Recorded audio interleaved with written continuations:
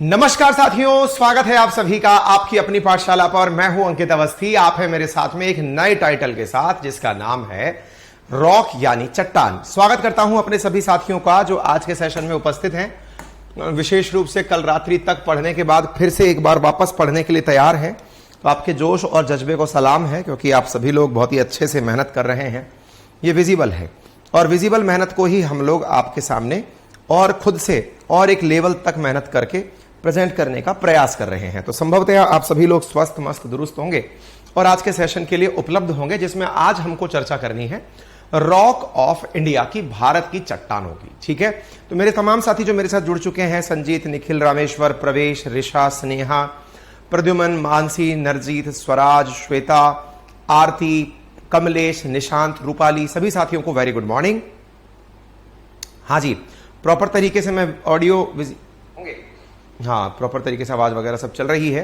और जिनको बफर वगैरह लग रहा है अपना क्रॉस कनेक्शन चेक कर लें, यहां से सब कुछ मस्त और दुरुस्त चल रहा है। ठीक है, चलिए चट्टानों की अब हम बात करने जा रहे हैं। चट्टान कितने प्रकार की हैं? देखिए, अब तक के सेशंस में हम लोग भारत के बहुत बड़े बड़े मेजर पोर्शन कवर कर चुके हैं। भारत के अंदर सबसे पहले तो हमने सबसे पहले हिमालय को ही कई दिनों तक समझा था। फिर हिमालय के बाद में इंडिया के अंदर माउंटेन्स कहां कहां पर हैं, हिल्स कहां पर हैं, इंडिया के प्लेटू यानी पठार कहां कहां पर हैं, रिवर्स कौन सी हैं, सॉइल की टाइप क्या है। अब उसी क्रम में आगे बढ़ते हुए हम इंडिया के मैप की मदद से यह समझने का प्रयास करेंगे कि इंडिया में रॉक सिस्टम कौन कौन सा है। और रॉक के अंदर समझने से पूर्व हमें यह जानना होगा कि रॉक मूलतः कितने प्रकार की होती है। साथियों देखिए, पृथ्वी के बारे में अलग अलग प्रकार की पृथ्वी की उत्पत्ति को लेकर के विभिन्न प्रकार के मत और व्यवस्थाएं हैं, जिनमें सबसे सर्वमान्य व्यवस्था यह है कि पृथ्वी खुद भी कभी सूर्य के साथ में रही होगी। यह माना जाता है कि सूर्यमंडल के अंदर जितने भी ग्रह घूम रहे हैं कभी वो एक साथ ही रहे होंगे और उनके विघटन से इन ग्रहों का निर्माण हुआ होगा। यानी कि कभी एक पिंड था जो फटा होगा, लाइक बिग बैंग थ्योरी, और उस एक पार्टिकल से फट करके इन सबका निर्माण हुआ होगा। आज भी सभी ग्रहों के ऊपर जितनी भी रिसर्च चल रही है उसके पीछे का सबसे बड़ा कारण क्या है, यह जानना कि क्या वाकई में ये सब एक थे, यानी कि सब एक ही जगह से निकले थे या सब अलग अलग थे। ठीक है, अच्छा, अब जब हम आज के सेशन में उतरते हैं तो हमको ये जानने योग्य सबसे पहली जानकारी पता चलती है कि अर्थ अपने आप में जब सबसे पहले आग के एक धधकते हुए गोले के रूप में थी, तो वो जब ठंडी हुई तब क्या बनी। क्या बनी से क्या मतलब है भाई? अगर आपको याद हो तो कुछ दिनों पूर्व हमने मंगल की संरचना के बारे में बताया था कि मंगल के बारे में नासा के एक मिशन के द्वारा जानकारी दी गई है कि वहां पर लाइफ पॉसिबल नहीं है। यह सेशन हमने कवर भी किया था। लाइफ पॉसिबल क्यों नहीं है साहब? पॉसिबल इसलिए नहीं है क्योंकि वहां पर पता चला कि जो क्रस्ट, मेंटल और जो कोर है उनमें स्पष्ट विभाजन नहीं है। मंगल का जो क्रस्ट है वो बहुत ही अभी हल्का है। हल्का है से क्या मतलब है? बहुत ही पतला है। तो बोले उससे क्या फर्क पड़ता है? इसलिए वहां पे भूकंप बहुत आते हैं। यानी कि जब वो मिशन भेजा गया तो उसने खुद ने ही 1000 से ऊपर के करीब मिशन में भूकंप देख लिए। इंसान के निवास के लिए सबसे जरूरी चीज है कि वो अच्छे से अपना रहने लायक घर बनाए, लेकिन वो भूकंपों से कैसे मैनेज करे। तो मंगल पर भूकंप अपने आप में एक चैलेंज बना। जब हमने अर्थ के बारे में जाना तो अर्थ के बारे में पता चला कि अर्थ में क्रस्ट है, मेंटल है, कोर है। तो ये जो क्रस्ट, मेंटल, कोर वाली बात है, पृथ्वी का क्रस्ट काफी मजबूत है। कितना मजबूत है? ये इतना मजबूत है कि ये 7 प्लेटों में बांटा जा सकता है। हमने वो प्लेट टेक्टोनिक थ्योरी जब आपको पढ़ाई थी तब उसके बारे में भी जानकारी दी थी। बोले ठीक है, हाँ चलो ये भी बात सही है। तो पृथ्वी को as an plate tectonic theory हमने पढ़ने का प्रयास किया, क्रस्ट, मेंटल, कोर के रूप में इसे समझने का प्रयास किया। अब ये जो क्रस्ट हमारे सामने है, इस क्रस्ट का निर्माण भी क्या एक जैसा रहा होगा? ये समझने योग्य बात है, क्योंकि धरती पर जितने भी जगह पर क्रस्ट का निर्माण हुआ वो किसी ना किसी चीज के ठंडे होने से हुआ है। ये तो सबको मान्य है। क्यों मान्य है? क्योंकि जब हम धरती की गहराइयों में जाते हैं, हम जब ये समझने का प्रयास करते हैं कि सबसे अंदर कोर है, उसके बाहर की तरफ मैग्मा है और सबसे बाहर क्रस्ट है। तो जब हम पृथ्वी की गहराइयों में जाते हैं तो ये जो बाहर वाला सरफेस एरिया हमें दिखाई देता है, ये बाहर वाला क्षेत्र जिसको आपने मेंटल नाम दिया, ये वाला क्षेत्र जिसे आपने कोर नाम दिया, तो लोगों के दिमाग में पहला मत क्या आता है कि भाई देखो, मेंटल अपने आप में धधकता हुआ एक आग का, लावा का मतलब ज्वार है। अब उस बीच में क्रस्ट जो कि एक कठिन और कठोर हिस्सा है, ये बना कैसे? तो बोले संभवतया ये वाला जो क्षेत्र आपको मेंटल वाला दिख रहा है, इसकी ऊपरी सरफेस, बोले सर ऊपरी सरफेस को तो आपने एस्थेनोस्फेयर कहा था। हाँ, तो एस्थेनोस्फेयर के भी जो ऊपर वाला हिस्सा है वो कभी ठंडा होकर के क्रस्ट में कन्वर्ट हुआ होगा। तो बोले इसका मतलब क्रस्ट का निर्माण अपने आप में मेंटल के ठंडे होने से हुआ होगा। हाँ, यही मानते हैं, सब तो मानते यही हैं कि धरती जो है वो कुछ है ही नहीं, असल में लावा पिंड था, इतना आग का धधकता हुआ पिंड था, फिर वो ठंडा हुआ, ठंडा होते हुए फिर शीत युग आया, फिर वो एक्सट्रीम ठंडा हो गया, फिर उस ठंडे हुए जगह पर गर्मी और सर्दी के प्रभाव में वनस्पतियों की पैदाइश होना शुरू हुई, जीव का विकास शुरू हुआ। विज्ञान के अंदर जब हम टेक्सोनॉमी पढ़ते हैं, उसके अंदर जब हम मानव विज्ञान का विकास पढ़ते हैं, एंथ्रोपोलॉजी पढ़ते हैं, उनमें हमको ये पता चलता है कि सबसे पहले किस तरह से, सबसे पहले मतलब पानी के अंदर जो मछलियां पैदा हुई, फिर कैसे वो रेप्टाइल्स में कन्वर्ट हुई, फिर एम्फीबियंस कैसे बने, एम्फीबियंस बने, फिर रेप्टाइल्स बने, इस प्रकार से जीव का विकास क्रम हुआ। तो बोले अच्छा, इसका मतलब पृथ्वी का जो शुरुआती भाग है, उस शुरुआती भाग के बारे में कयास ही लगाए जा सकते हैं, क्योंकि आप में से और हम में से कोई नहीं था उस समय जब पृथ्वी उल्का पिंड के रूप में या धधकते हुए आग के गोले के रूप में आइसोलेट होकर के इस सौर मंडल में आकर गिरी। सर गिरी थी मतलब? मैंने कहा टिकी तो कहीं नहीं है, अभी भी तो तैर ही रही है। तो ये उल्का पिंड के रूप में जब धधकते हुए गोले के रूप में तैरना शुरू की थी, कहीं से टूट करके, उसके बाद से वैज्ञानिकों का मत है, विज्ञान के अंदर मत कैसे दिए जाते हैं? एविडेंस के आधार पर। एविडेंस कैसे निकाले जाते हैं? चीजों को रिलेट किया जाता है कि ऐसा हुआ तो ऐसा हुआ होगा, ऐसा हुआ तो ऐसा हुआ होगा। तो वैज्ञानिकों ने अपने एनालिसिस से जो कंक्लूड किया, उस कंक्लूड में क्या चीज निकल कर आई? कंक्लूजन में निकल करके आया कि जो क्रस्ट वाला पोर्शन है, इसमें 3 प्रकार की चट्टानें पाई जाती हैं। कौन सी चट्टानें पाई जाती हैं? बोले अर्थ जब सबसे पहले ठंडी हुई थी ना, तब आग के पिंड से ठंडी हुई थी, इसलिए उस ठंडे हिस्से का नाम दिया गया आग्नेय चट्टान। आग का गोला था अर्थ, आग के गोले में जो सबसे पहली चीज जो ठंडी होकर बनी। अमित पांडे लिख रहे हैं, आपको देखकर ऐसा लग रहा है जैसे आपकी एज ही कम हो गई है वेट लॉस होने की वजह से। हाँ यार, फील तो मुझे भी अच्छा हो रहा है। अब तो 2.25 महीने हो चुके हैं और आई कैन प्राउडली से कि मैंने 19 kg वेट लूज किया है। ठीक है, और अभी ये जर्नी जारी है। अभी मुझे आइडियल वेट तक पहुंचना है, बहुत ज्यादा वेट हो गया था। हाँ Dilip, thank you so much. पतला हो गया हूं, पतला लग भी रहा हूं, इसके लिए बहुत बहुत धन्यवाद आप सबके साथ में। जैसे आप सबने किसी एग्जाम को टारगेट किया हुआ है, मैंने जिंदगी को टारगेट किया हुआ है कि मुझे जिंदगी अचीव करनी है ना, क्योंकि बहुत बुरी हालत तक पहुंच गया था। और अगर आपको देख करके यह अच्छा एहसास दे रहा है, धन्यवाद, है ना। तो ये आपके बीच में रह करके ही संघर्ष के रूप में चल रहा है। शुभम वर्मा लिख रहे हैं, आपके पीडीएफ में चित्र ज्यादा हैं, फिर कॉस्ट ज्यादा आएगा। तो बेटा मत निकालो, कौन जिद कर रहा है ना। अब तुम्हारे लिए मैं चित्र हटा दूं फिर दूं, तो बेटा कहीं और पढ़ो ना आराम से। कहां गलत फंस गए हो? किताब ले आओ एक बढ़िया सी, बहुत 100-200 रुपए किताब मिल जाती है, लोड मत लो, ठीक है, लोड मत लीजिए बिल्कुल भी। Share your tips. जब आइडियल वेट पर पहुंच जाऊंगा, 1 जनवरी 2024 मेरा टारगेट है, जब मैं एक जवान युवा लगूंगा, 1 जनवरी 2024 का टारगेट है। अभी टारगेट बहुत दूर है, जैसे आप लोग परीक्षा का टारगेट लेते हैं, ऐसे मैंने जिंदगी का टारगेट लिया हुआ है। उस दिन अपने टिप्स साझा करूंगा, ठीक है। हाँ जी, भूषण लिख रहे हैं, प्रिपेयरिंग फॉर सीडीएस। स्टार्टिंग में हम एक ही क्वेश्चन सॉल्व नहीं कर पाते थे, लेकिन अब 10 से 12 क्वेश्चन सॉल्व कर जाते हैं।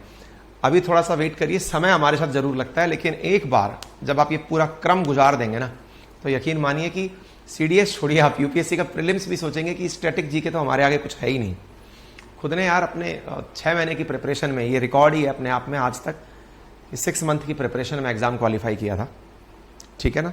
लेकिन हाँ, मैं 12-12 घंटे क्लासेस पढ़ा करता था, तो मेहनत लगती थी, क्लासेस पढ़ा हूं।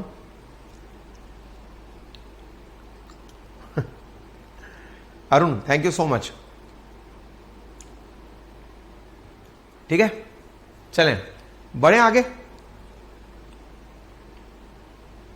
पतले वालों को मोटा करने का नहीं पता। खूब खाओ भैया, मीठा खाओ, मेरी तरह एक एक दिन में आधा आधा किलो मिठाई खा जाओ, तब जाके मोटे हो जाओगे। चलो, तो चट्टाने के साथ क्या था, जो आग से ठंडा होकर बनी वो चट्टान कौन सी थी, आग्नेय चट्टान थी। आग्नेय चट्टान को नाम क्या दिया गया, इग्नियस चट्टान। आग से जो बनी सीधी वो इग्नियस चट्टान थी। यानी धरती जब सबसे पहले ठंडी होकर बनी तो बनकर कहां पहुंची, आग के पिंड के रूप में जो चट्टान बनाई, that is known as igneous rock. ठीक है, आग्नेय चट्टान बन गई। अब क्या हुआ, अब इस आग्नेय चट्टान में कई प्रकार के परिवर्तन हुए। कैसे परिवर्तन हुए भाई, परिवर्तन आग्नेय चट्टान में, चट्टान के अंदर परिवर्तन, इसकी काया में, इसके शरीर में, जैसे मेरे शरीर में आप परिवर्तन देख रहे हो, ऐसे चट्टान के शरीर में परिवर्तन हुआ जिसे कायांतरण कहा गया। कायांतरण, काया का अंतर होना, इसे अंग्रेजी में कहते हैं मेटामॉर्फिज्म। मेटामॉर्फिज्म। जब आग्नेय चट्टान में समय के साथ, देखिए अर्थ पहले आग का गोला थी, जब वो ठंडा हुई, ठंडा होते ही जो बनी वो बनी आग्नेय चट्टान। जब वो ठंडा होकर आग्नेय चट्टान बनी तो जो चट्टान का रूप निकल कर आया वो कहलाया मेटामॉर्फिक। मेटामॉर्फिक रॉक, कायांतरित हुई चट्टान। ठीक है सर, कैसे हुई होगी, कैसे हुई होगी, तो हुआ ये कि जो आग्नेय चट्टान थी ना, उस पर बहुत सारी बारिश, बहुत सारी तेज हवाएं, टेम्परेचर का प्रभाव, सूरज की रोशनी, उगते हुए पेड़ पौधे, इन सब की वजह से उसमें परिवर्तन आना शुरू हुआ। जब उसके अंदर परिवर्तन आना शुरू हुआ तो यह परिवर्तन एक नई चट्टान के रूप में प्रकट हुआ, जिसे हम लोग नई चट्टान, कायांतरण के कारण बनी हुई चट्टान, जिसका नाम क्या रखा, कायांतरित चट्टान नाम दिया गया।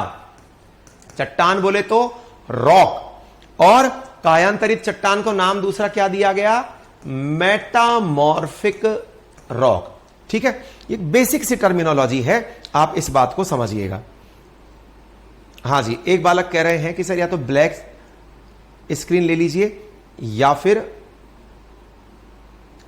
बिल्कुल ले लेते हैं साहब।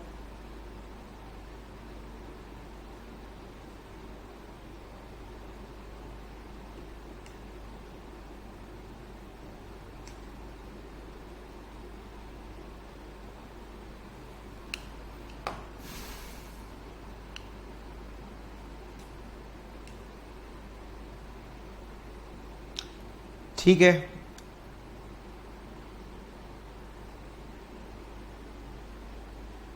हिंदी और इंग्लिश को बेटा, मोहम्मद ये एम मोहो राजस्थान करके लिख रहे हैं, हिंदी और इंग्लिश को अलग करा दो बेटा। जो अपनी A4 आती है ना, A4, ये तो PPT है जो सेम डे पढ़ने के लिए दी जाती है। इसके बाद में हम एक A4 अलग से बनाते हैं, वो हिंदी और इंग्लिश में अलग आती है। ठीक है, A4 का मतलब एक ही पेज पर सारी चीजें निकाल कर दी जाती हैं, दैट इज A4। वो हिंदी की अलग आती है, इंग्लिश की अलग आती है। मैं अभी सॉइल की A4 डलवा देता हूं, वेट करिए।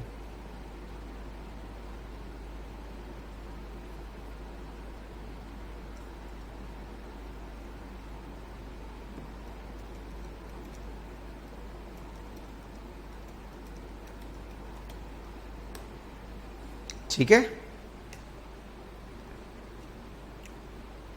और बताइए।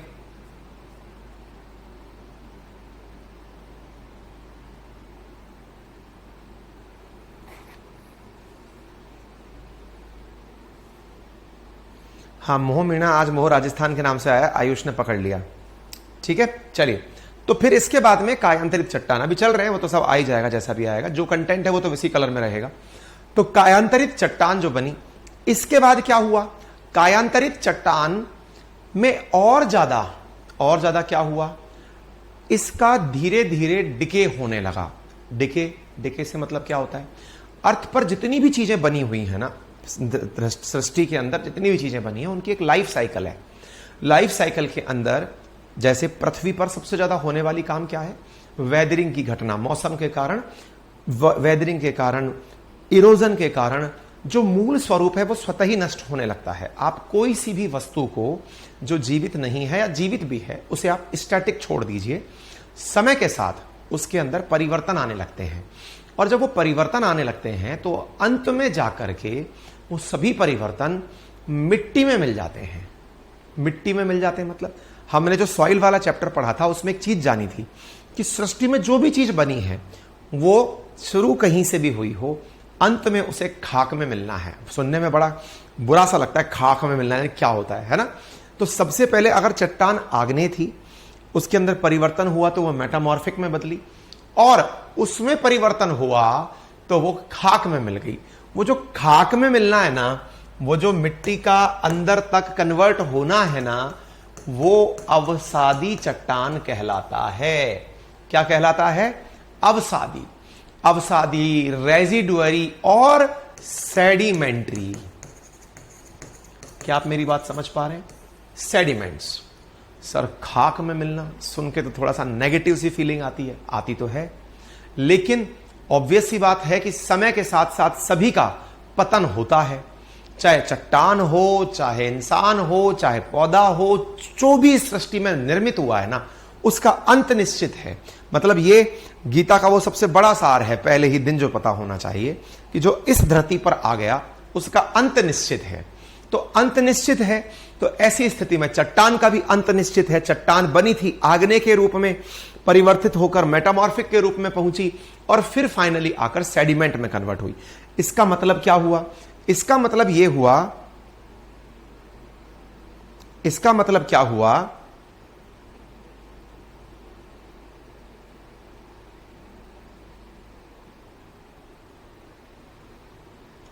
ठीक है, आओ कोई बात नहीं, कोई बात नहीं, पढ़ लो, बातें बाद में कर लेना, ठीक है। अब इसका मतलब यह हुआ कि सबसे पहले इग्नियस रॉक थी, वो कन्वर्ट हुई मेटामॉर्फिक रॉक में, और मेटामॉर्फिक रॉक जो है वो कन्वर्ट हुई उसमें सेडिमेंट्री रॉक में, सेडिमेंटरी रॉक में। अच्छा, सेडिमेंट बोले तो अवसाद, मेटामॉर्फिक बोले तो कायांतरित, कायांतरित रॉक में। और जो सबसे पहले थी वो कौन सी थी? आग से बनी थी, इसलिए आग्नेय। ठीक है सर। सर एक बात बताओ, आग्नेय से मेटामॉर्फिक, मेटामॉर्फिक से सेडिमेंट्री, सर क्या यह संभव नहीं है क्या? मैंने कहा क्या? कि सर डायरेक्ट इग्नियस से सेडिमेंट्री बन जाए। मैंने कहा संभव है, कोई नियम थोड़ी है कि मेटामॉर्फिक बीच में बनेगा। संभव है कि बहुत सी चीजें ऐसी होती है जो धड़ाम से खत्म हो जाती हैं। जैसे इंसान के जीवन को अगर आप नोटिस करें, हम पैदा होते हैं, युवा अवस्था तक पहुंचते हैं और वृद्धि होती रहती है। बचपन के नौनिहाल से लेकर के जब हम तब बड़े होते हैं, हमारे शरीर में, हमारे आकार में, हमारे हर चीज में वृद्धि होती है। लेकिन वृद्धि की एक सीमा है। 18 से 20 साल या 21 साल तक आपकी हर चीज में वृद्धि होती है। आप हाइट में, आपकी हेल्थ में, हर चीज में वृद्धि हो। 21 साल के जब आप होने लगते हैं, उसके बाद तक ऑलमोस्ट आपकी हाइट बढ़ना बंद कर देती है। हाइट बढ़ना जिस समय बंद हुआ, यह परिचय है कि आपका अब पूर्ण निर्माण हो चुका है। आप अब वयस्क एडोलेसेंस अवस्था में पहुंच चुके हैं। अब जब आप वहां पहुंचे हैं, उसके बाद आपका डिके फेज शुरू होता है। डिके फेज शुरू कैसे होता है? शरीर में परिवर्तन आने लगते हैं। परिवर्तन कैसे आने लगते हैं? कुछ लोगों के बाल सफेद होने लगते हैं, कुछ लोगों के चेहरे पे झुर्रियां पड़ने लगती हैं, जॉइंट्स में पेन होने लगता है। जो व्यक्ति सीधा खड़ा रहता था, अब वो यूं झुककर खड़ा रहने लगता है। जिसकी आवाज में पहले स्पार्क था, वो अब झर झर की आवाज बात करने लगता है। जो पहले बहुत तेजी से काम करता था, अब उसके काम में सुस्ती आने लगती है। अर्थात परिवर्तन आने लगते हैं, काया के अंदर अंतर आने लगता है, कायांतरण होने लगता है। और फिर ये कायांतरण धीरे धीरे धीरे धीरे और बैंड होते होते और बुजुर्ग अवस्था तक, यानी वो उस अवस्था तक वापस पहुंच जाता है कि वो बेड से उठ नहीं पाता। तो जीवन साइकिल का है, पैदा होने से लेकर टॉप तक, टॉप से लेकर के वापस बॉटम तक आने की अवस्था है। यही तो लाइफ साइकिल है ना। लाइफ साइकिल में जब एथिक्स पढ़ी, तब यह समझ में आया कि इस पूरे शरीर के अंदर एक चीज कॉमन थी, और वो क्या थी? आत्मा, सॉइल, सोल। अब वो जो सोल है ना, आपकी आत्मा, वो यहां से लेकर यहां तक आपके साथ, आपके मनोमस्तिष्क पर चलती रही कि आपको उसे जवान रखना है। तो वो आपका शरीर भले ही बुजुर्ग हो गया, वो अभी तक युवा है। वो आपकी सोच पर निर्भर कर रही है। और एथिक्स बताता है, हमारे सारे रिलीजियस जितने भी मतलब जानकारी हैं वो बताती हैं कि आत्मा अमर है। आपका शरीर जब यहां पहुंचा, आपके अंदर की वो जो आत्मा है, अब जब कायांतरित फेज पहुंची है, आप किसी भी मान्यता के हों, चाहे आप हिंदू हो, मुस्लिम हो, सिख हो, ईसाई हो, जो भी हो, आपको अंत में सुपुर्द खाक ही करना है। चाहे दफना के किया जाए या जला के किया जाए या खुला छोड़ के किया जाए, कैसे भी किया जाए, अंत में आपका डिके होना है। इंसान की ये कड़वी सच्चाई है। बोले सर सुबह सुबह क्यों बता रहे हो? अरे भाई, चट्टान की सच्चाई के साथ साथ आपकी सच्चाई भी आपको पता होनी चाहिए। जब आप मेटामॉर्फिक फेज में हैं, उस फेज से सेडिमेंट्री फेज में पहुंचना, यानी आपको एकदम अवसाद के फेज में पहुंचना है, सेडिमेंट में पहुंचना है। क्या कोई सीधा सेडिमेंट में नहीं पहुंच सकता क्या? अरे भाई, खूब एक्सीडेंट होते हैं। जीवन का क्या हर व्यक्ति ये साइकिल पूरा करता है क्या? नहीं। जीवन इतना अनसर्टेन है कि आज मैं आपके सामने हूं, कल ना हूं। आप में से जितने भी लोग इस समय दर्शक दीर्घा में बैठकर जिसको भी निहार रहे हैं, उसके बारे में पता थोड़ी है कल कौन होगा कौन नहीं होगा, किसी को नहीं पता है। दैट मीन्स ये अनसर्टेनिटी चट्टान के साथ भी है। अब ये आगने का सेडिमेंट में बदलना डायरेक्ट भी हो सकता है। ओके, मतलब ये जो साइकिल है ना, जो हम बता रहे हैं, जिसमें इग्नियस से मेटामॉर्फिक, मेटामॉर्फिक से सेडिमेंट, ये निश्चित नहीं है।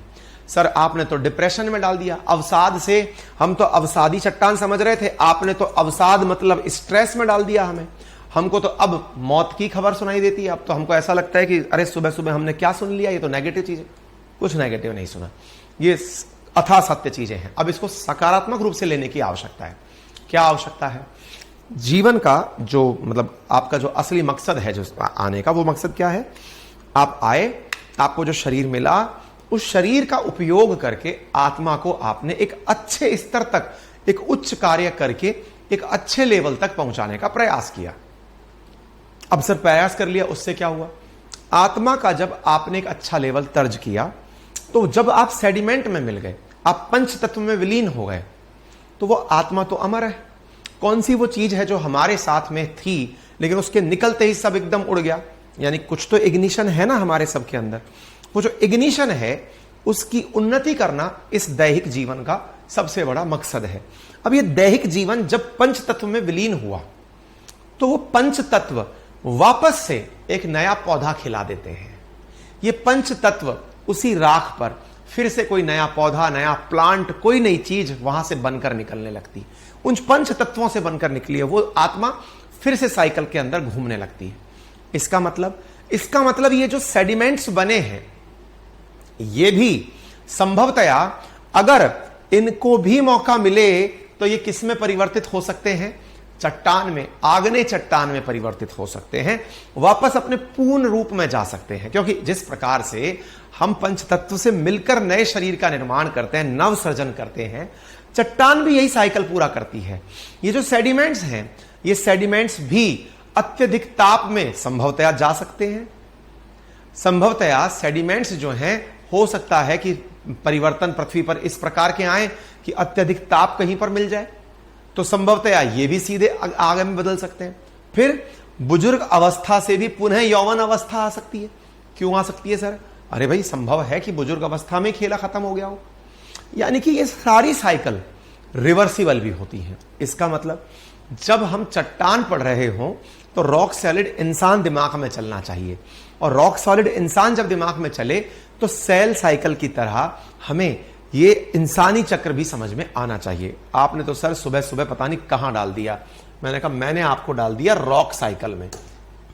रॉक साइकिल बोले तो मैंने आपको डाल दिया उस जगह जहां से आपको यह समझ में आएगा कि किस प्रकार से इस पूरे जीवन चक्र के अंदर चीजें परिवर्तित होती गई। सबसे पहले जो चीज बनकर आई थी उसे क्या नाम दिया गया था? Igneous rock. इग्नियस रॉक पर क्या हुआ? वेदरिंग और लिथिफिकेशन। वेदरिंग और लिथिफिकेशन से डायरेक्ट हीट और प्रेशर से डायरेक्ट मेटामॉर्फिक भी बन सकती है और डायरेक्ट सेडिमेंट भी। हर चीज रिवर्सिबल है, कुछ भी डायरेक्ट बन सकता है। बस संभव यह है कि सब आपस में एक दूसरे में कन्वर्ट होते रहते हैं। तो दुनिया में सबसे पहले क्या था? मैग्मा था। मैग्मा जब ठंडा हुआ तो क्या बना? इग्नियस रॉक बनी। इग्नियस रॉक के अंदर हीट और प्रेशर आया तो क्या बना? मेटामॉर्फिक रॉक बनी। अगर वेदरिंग यानी क्षरण होता रहा, लिथिफिकेशन पत्थर की तरह निर्माण होता रहा, तो सेडिमेंट्री चीजों का निर्माण हुआ। मेटामॉर्फिक से भी सेडिमेंट्स का निर्माण हो सकता है। क्या आपको मेरी यह बात समझ में आ रही है? बोलिए।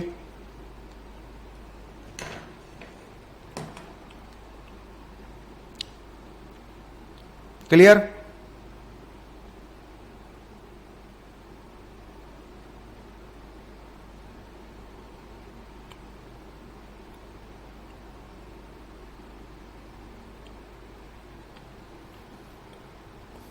हाँ भाई, सॉइल का A4 डाल दिया गया है, सॉइल का A4 डाल दिया गया है। एक बालक बोल रहा है कि सर आप जैसे एग्जाम्पल नटराज में नहीं मिलते। नहीं तो कुछ तो अलग होना चाहिए ना।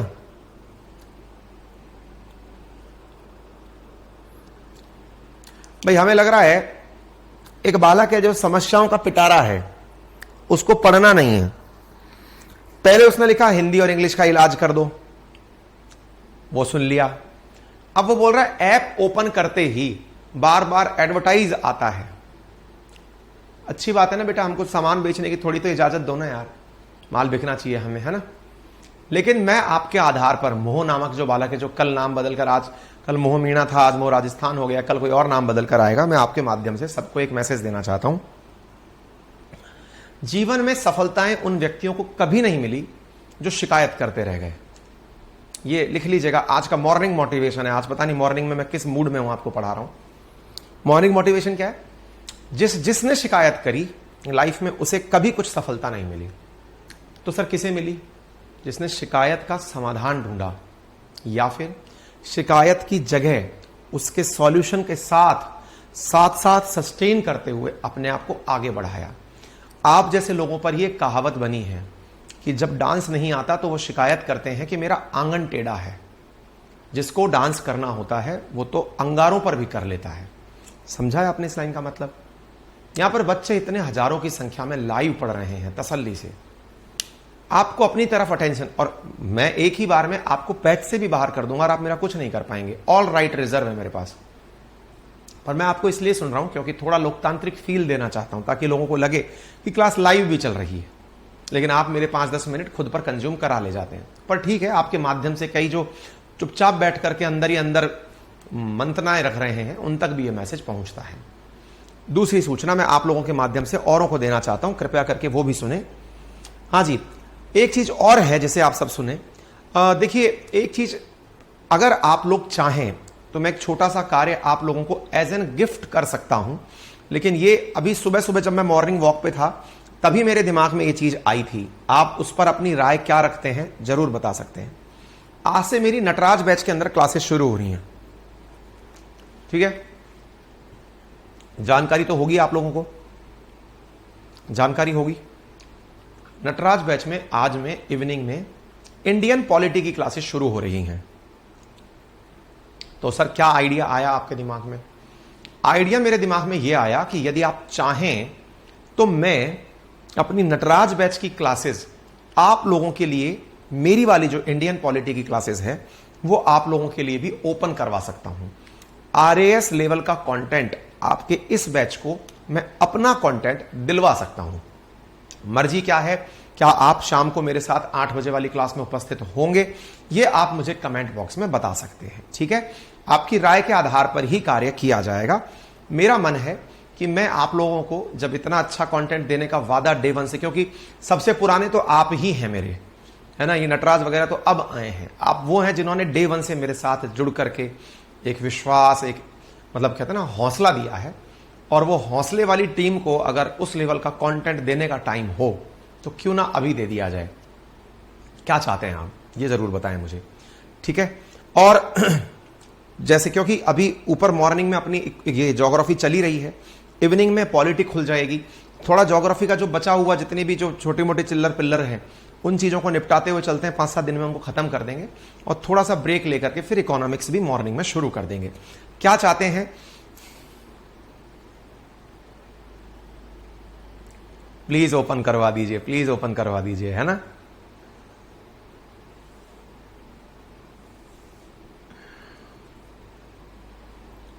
अच्छा, लव यू भी लिखने लग गए हैं, धन्यवाद। मतलब कैसी फीलिंग आती है इस तरह की जब चीजें कोई सुनते हैं, तो फीलिंग कैसी आती है अंदर से? मतलब प्यार आता है मेरे ऊपर कि गुस्सा आता है, नफरत आती है? कि यार गुरु हो तो आप जैसा, यार दोस्त, भाई, बड़ा भाई, वो जो एहसास है कि आप पूरे टाइम हमारे बारे में ही सोच रहे होते हैं कि यार इन बच्चों के साथ भला कैसे हो सकता है। हाँ? आपको सच बताऊं, मैं जीवन में ना, मतलब सबकी लाइफ के अपने अपने गोल होते हैं। जब मैं खुद इस तरह की फिलॉसफी में बिलीव करता हूं कि किसी का किसी भी दिन खत्म हो सकता है, कि भाई खत्म है ये आदमी, ठीक है, मैं किस आइडियोलॉजी पर अपने आप को जीता हूं कि एक्सट्रीम लेवल तक वर्क करो। एक्सट्रीम लेवल तक मतलब समझ रहे हैं, रात को 1 बजे तक मैं काम करता हूं, है ना। मतलब आपकी क्लासेस आप खुद भी कल रहे होंगे, वो जगन्नाथ जी वाली रथ यात्रा की क्लास 11:15 बजे रात को खत्म हुई है, 11:15 खत्म हुई है। फिर बच्चों के साथ 1 घंटे मेरा फिक्स है कि रात को मैं खेलूंगा ही, उनके साथ बैठूंगा, थोड़ी देर बातचीत करूंगा, ठीक है। फिर कुछ सुबह की तैयारियां करनी, रात को ऑन एन एवरेज 1 बज जाता है, और सुबह 6 बजे से मैं वॉक पे हूं, अपनी मीटिंग्स में हूं, कॉल पे हूं, सब काम कर रहा हूं। तो ये इतना वर्क को करने की जो जिद है, ये क्यों मची हुई है? केवल इसलिए कि एक दिन ऐसा आएगा जिस दिन हर किसी का फैसला होगा कि इसने हमारे साथ जस्टिस डिलीवर किया था या अन्याय डिलीवर किया था, और वो अनबायस्ड होगा। आपने भले ही मुझे पैसे दे दिए हो, लेकिन पैसे देके आप किसी को खरीद नहीं सकते। यहां पे लोग यूनिकॉर्न कंपनीज में लाख लाख रुपए फीस देकर के 2 सब्जेक्ट नहीं पढ़ पाए, और यहां मैंने 1999 में 25,000 से 35,000 का कोर्स है जो मैंने आपको खत्म कराया ज्योग्राफी में। पढ़ लेना जाकर दिल्ली की किसी भी संस्थान में, है।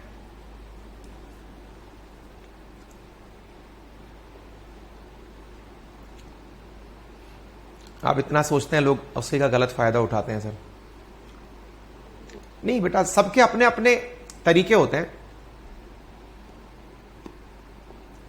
लेकिन मेरा एक छोटा सा मतलब मकसद रहा है हमेशा, मतलब आप सबके साथ जुड़ करके, कि जो संभव है, अब जीवन में खुद को बलिदान करके क्या संभव है। मैं 7 दिन बीमार रहा, अब ऐसे ऐसे भी हमारे साथ में लोग जुड़े हुए हैं।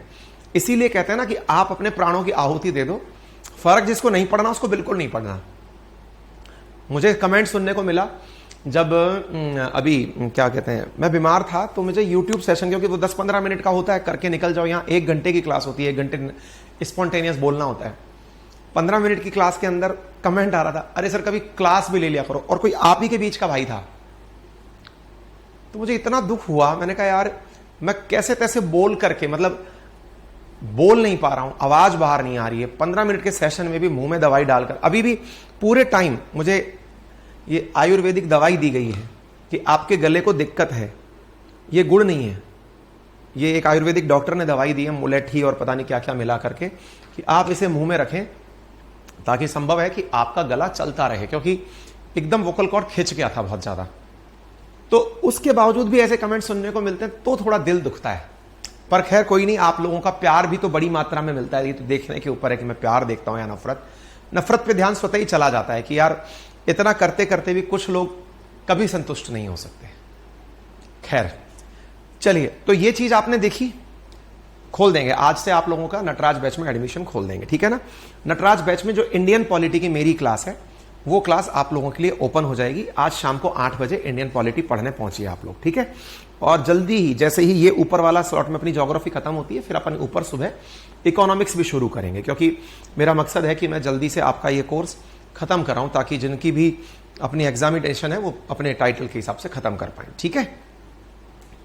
ठीक है, चलिए आगे बढ़ते हैं। तो ये हो गया। अब साथियों, इसको मैं हिंदी में भी प्रेजेंट कर रहा हूं आपके सामने। ये रॉक साइकिल है, मतलब कैसे। सबसे पहले क्या चीज थी? सबसे पहले थी मैग्मा, और वही अलग अलग तरीके से चीजों में परिवर्तित होकर के रॉक साइकिल अपना पूरा की थी, ठीक है।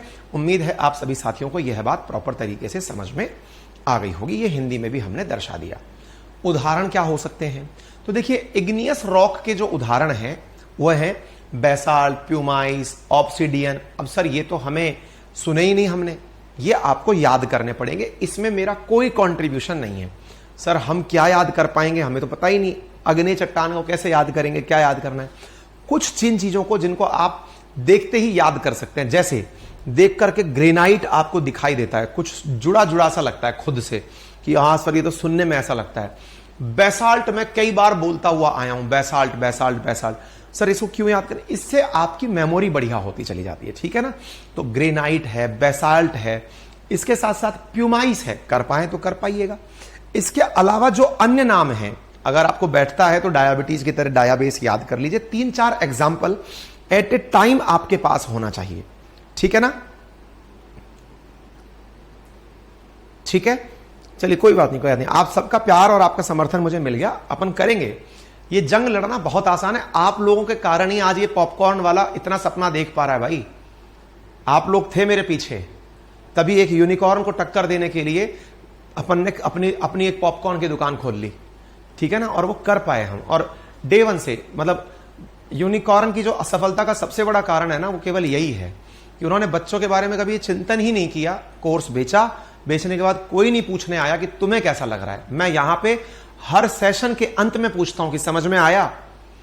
अब तक तो आपको पढ़ते हुए कईयों को तो 3 महीने हो गए, आज तक कभी भी घास नहीं काटी कि भाई चल कोई बात नहीं, ये तो हो गया। नहीं, आप ही तो हैं यार। ये पैसा लेकर के कोई ऊपर पैसा नहीं जाता, ऊपर केवल दुआएं जाती हैं। आप जितना याद रखेंगे बस वही दुआएं हैं। बाकी तो जब आप गली रास्ते में मिलते हैं, चाक चौराहे पर, और आकर के गले मिलते हैं ना, पैर छूते हैं, बहुत प्यार से अपनत्व से मिलते हैं, उस दिन सारा पैसा वसूल हो जाता है। वो असली कमाई है। हाँ जी, तो आपको इग्नियस रॉक के एग्जाम्पल के अंदर बेसाल्ट, ग्रेनाइट और डायाबेस, ये 3-4 एग्जाम्पल याद रखने हैं, ठीक है। अब याद रखने का क्या लॉजिक है सर? याद इसलिए रखने हैं, जैसे इग्नियस रॉक, आग्नेय चट्टान। आग्नेय चट्टान से आपको याद होगा, अगर अपन ने प्लेट टेक्टोनिक थ्योरी को ध्यान से सुना हो, तो मैंने एक लाइन बोली थी कि चट्टानें प्लेट्स 2 प्रकार की होती हैं। कौन सी? एक होती है कॉन्टिनेंटल प्लेट और दूसरी ओशियनिक प्लेट। कुछ याद आ रहा है? ओशन के अंदर ओशियनिक प्लेट, कॉन्टिनेंट के ऊपर कॉन्टिनेंटल प्लेट। ओशियनिक प्लेट जो है वो बेसाल्टिक लावा से बनकर बनी है, इसलिए वो भारी है। अगर आपको याद हो तो मैंने बताया था, ये वही बेसाल्ट है। यानी आग्नेय चट्टान का जो सबसे पहला हिस्सा बना, जिसमें कि वेदरिंग, इरोजन नहीं हुआ, दैट इज बेसाल्ट। समझ में आ गया? तो बेसाल्ट क्या है, वो समझिए कि लावा का सबसे जल्दी जो ठंडा होकर रूप बना ना, वो बेसाल्ट है। फिर उसमें छोटे मोटे परिवर्तन, जिससे प्यूमाइस भी बना, ऑब्सिडियन भी बना, रियोलाइट भी बना। ये आप यदि याद करते हैं तो ये चट्टानों के नाम है, आप एग्जाम्पल के रूप में याद कर सकते हैं। क्लियर हो गया? चलिए, इसके बाद में हाँ, भवानी बैच में फिर से ज्योग्राफी की बैचेस लाइव होंगे। बिल्कुल, मेरा तो ये साइकिल पूरा चलता रहेगा। मतलब जैसे ही ये कोर्स खत्म होगा, फिर से नया बैच दोबारा ज्योग्राफी का लाइव आएगा। जिन्हें पुराने देखने पुराने देखें, जो आज बीच में जुड़े हैं वो मतलब नए सब्जेक्ट से भी शुरू कर सकते हैं। लेट से पॉलिटी से शुरू कर लिया, वहां से भी शुरू कर सकते हैं, और करके, और ये सर्कल पूरा चलेगा। फिर पॉलिटी के बाद में जैसे चल रही है पैरेलल इकोनॉमी करेंगे, इनको खत्म करके फिर हिस्ट्री खत्म करेंगे, वापस से ज्योग्राफी एंट्री कर जाए। मेरा तो ये पूरा साइकिल है ना, इसकी चिंता मत करिए। जिन्हें लाइव पढ़ना है लाइव पढ़ें, जो रिकॉर्डेड पढ़ना चाहते हैं रिकॉर्डेड भी पढ़ सकते हैं। कोई झूठ फरेब नहीं होगा जिंदगी भर, ये ध्यान रखना। ईश्वर बस साथ दे हमारा, ठीक है। इग्नियस रॉक समझ में आ गई। इसके बाद में दूसरी चीज आती है, और वो कौन सी है? दूसरी रॉक आती है आपके सामने मेटामॉर्फिक रॉक। क्या कहते हैं इसको? Sedimentary rock. सेडिमेंट्री रॉक में क्या आ रही है? सेडिमेंट में सैंड जैसे जो चीजें दिखती हैं, जिनमें से आपको क्या नाम याद रख सकते हैं? Shale, siltstone, sandstone, conglomerate. अब मैं आपको एक इंटरेस्टिंग बात बताना चाहता हूं। सेडिमेंट बोले तो मिट्टी जैसा। आप कॉमन सेंस लगाओ और मुझे बताओ, कोई व्यक्ति इसमें फंस जाए, किसमें? ऑब्सिडियन में, बेसाल्ट में फंस जाए, तो बुरी तरह कुचल दिया जाएगा, या फिर इसमें फंसे तो बुरी तरह कुचला जाएगा? दोनों में अंतर सोचकर बताइएगा। सोच करके ही समझ में आ जाएगा। और भी देखते हैं। व्यक्ति फंस जाए से मतलब समझ रहे हैं? कोई पता नहीं कभी चट्टान बन रही थी, कोई पेड़ या इंसान, कोई जानवर। और जैसे मेटामॉर्फिक रॉक है, जिसका उदाहरण मार्बल है, केवल पेपर में पूछ लिया जाता है, which of the following is an example of metamorphic rock? तो मार्बल, अपना मार्बल है, नीस है, क्वार्ट्जाइट है, जो आप याद रख सकते हैं, स्लेट का पत्थर है ना। सोच करके आंसर दीजिए। आप आंसर कैसे दे सकते हैं? इग्नियस के लिए तो आई लिख सकते हैं, और सैंडस्टोन के लिए एस लिख सकते हैं, या ये कौन सी है, ये सेडिमेंट्री जो रॉक है उसके लिए एस लिख सकते हैं, ठीक है। बताइए, मतलब उसको आसानी से किसमें होल्ड किया जा सकेगा? आग्नेय में या सैंडस्टोन में?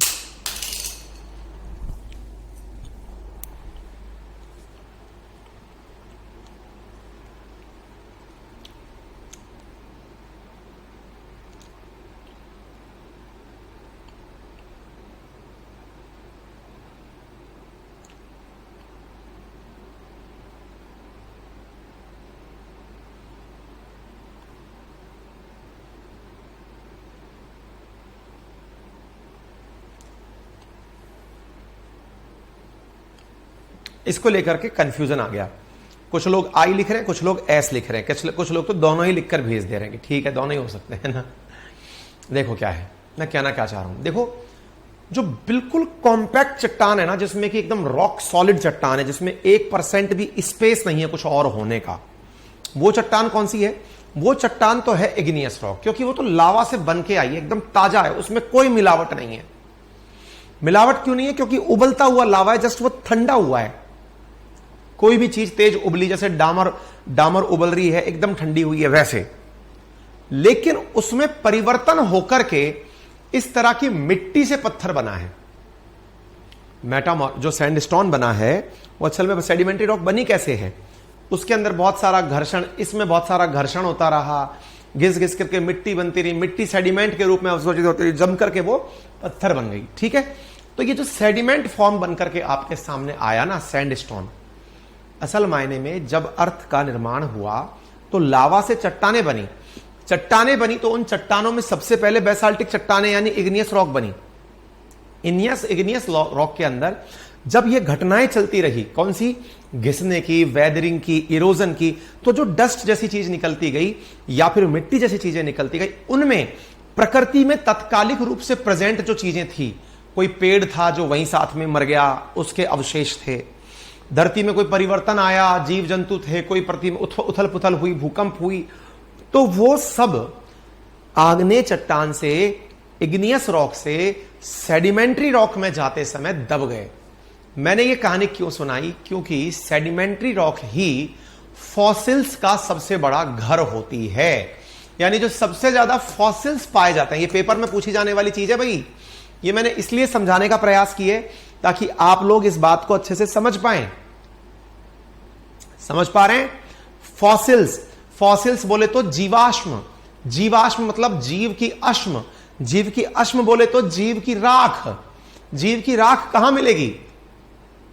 वो इग्नियस में कभी नहीं मिलेगी, यहां पर वो कभी नहीं मिलेगी, क्योंकि ये लावा से जस्ट ठंडा होकर बना है। क्या आप मेरी बात समझ पा रहे हैं? तो फॉसिल किस में मिलेगा? सेडिमेंट्री रॉक में। और जब फॉसिल सेडिमेंट्री रॉक में मिलेगा तो फॉसिल से क्या बनता है? फ्यूल बनता है। फॉसिल से क्या मिलता है? फ्यूल मिलता है। तो तेल की संभावना कभी भी कहां नहीं होगी? इग्नियस रॉक में नहीं होगी। तो कहां होगी? तो साहब या तो वो सेडिमेंट्री में होगी या वो मेटामॉर्फिक में होगी। तो इसलिए तेल की जो खोज की जाती है वो चट्टानों के प्रकार पर भी निर्भर करती है। बोलिए, क्या आप इतनी बात समझ में आ रहे हैं? रमेश तिवारी, हार्ड कॉपी कब आएगा? आज 12 बजे, 12:30 बजे इनॉग्रेशन है हार्ड कॉपी का, आप सबको बता दिया जाएगा। आज से ऑर्डर्स लेने शुरू हो जाएंगे 12:30 बजे से, ठीक है? बोलिए, यहां तक की बात समझ में आ रही है? क्लियर हो रहा है?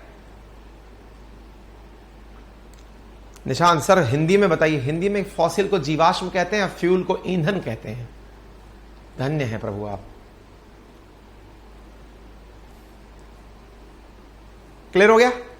अच्छा, इसके बाद में मेटामॉर्फिक मार्बल है, बता दिया, वो और परिवर्तन की स्थिति, मेटामॉर्फिज्म।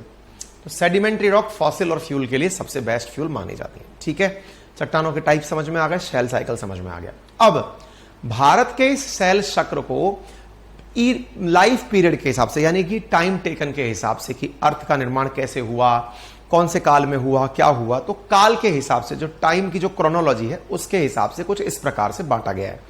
सबसे पहले यानी आर्कियन सिस्टम, प्री कैम्ब्रियन, जब अर्थ बनी थी, उस जमाने की चट्टानों को शिष्ट अथवा धारवाड़ क्रम की चट्टानें कहा गया। उसके बाद में थोड़ा और, प्री कैम्ब्रियन के बाद में थोड़ा और परिवर्तन हुआ तो कुडप्पा क्रम की और विंध्या क्रम की चट्टानें बनी। उसके बाद में द्रविडियन रॉक बनी, जिसे आप पैलियोजॉइक, क्योंकि अर्थ के विकास क्रम को, अर्थ के जीवन चक्र को, सेल साइकिल को एक फेज में पढ़ा जाता है। उस फेज के अंदर इन चट्टानों का नामकरण इस प्रकार से किया गया। मैं एक एक करके सबको बताने का प्रयास करता हूं। यह भारत का मैप है और इस भारत के मैप पर मैं इन सब चीजों को यहां दिखाने के प्रयास कर रहा हूं। एक बार थ्योरी के साथ चलते हैं, फिर मैप पर आप इसको दोबारा देख लीजिएगा। क्या लिखा है? सबसे पहले आर्कियन क्रम की चट्टानें। आर्कियन, आर्कियोलॉजिकल, पुरातन, सबसे पुरानी, मतलब ये वो चट्टाने हैं, जब पृथ्वी सबसे पहले ठंडी हुई तो जो सबसे पहली चट्टाने बनी, ये प्राचीनतम चट्टाने हैं जो भारत में पाई जाती हैं, आर्कियन क्रम की चट्टाने कही जाती हैं। क्या आपको मेरी बात समझ में आ रही है? एक बालक कह रहा है सर इसका मतलब समुद्र में सेडिमेंट्री पाई जाती है। राहुल यादव समझाते हैं आपको, समुद्र में पूरे समय रास्ते में तेल नहीं पाया जाता है प्रभु। अब ये भी समझना, चलिए आपने पूछ लिया, बता देते हैं। ये सी है, मान लीजिए सी का पानी है। समुद्र में सब तरफ तेल नहीं मिलता है, कहां मिलता है? किनारे पर, किनारे पर। ऐसा क्यों सर? ऐसा इसलिए क्योंकि जितनी भी नदियां जाती हैं वो अपने साथ में मिट्टी लेकर जाती हैं, गाद लेकर जाती हैं, सिल्ट लेकर जाती हैं, और वो सिल्ट ले जाकर समुद्र में डालती हैं। समुद्र में यहां पर सदियों से जो नदियां अपने साथ मिट्टी ले जा रही हैं, अपने साथ मछलियां ले जा रही हैं, समुद्र के अंदर ना जाने कितने ही समुद्री जीव उस मिट्टी के अंदर दबकर वहीं दफन हो गए। वो दफन हुई जगह फॉसिल में कन्वर्ट होती है। कुछ समझ पा रहे हैं? कुछ दिमाग में जा रहा है? क्लियर हो रहा है? केवल समुद्र में किनारे पर ही तेल मिलता है और कहीं तेल नहीं मिलता है। आई बात समझ में? मतलब ये कि इसके अलावा अगर आप बीच में ढूंढने जाएंगे तेल नहीं मिलेगा। और जो सेडिमेंट्री रॉक है तो सोचकर देखिए,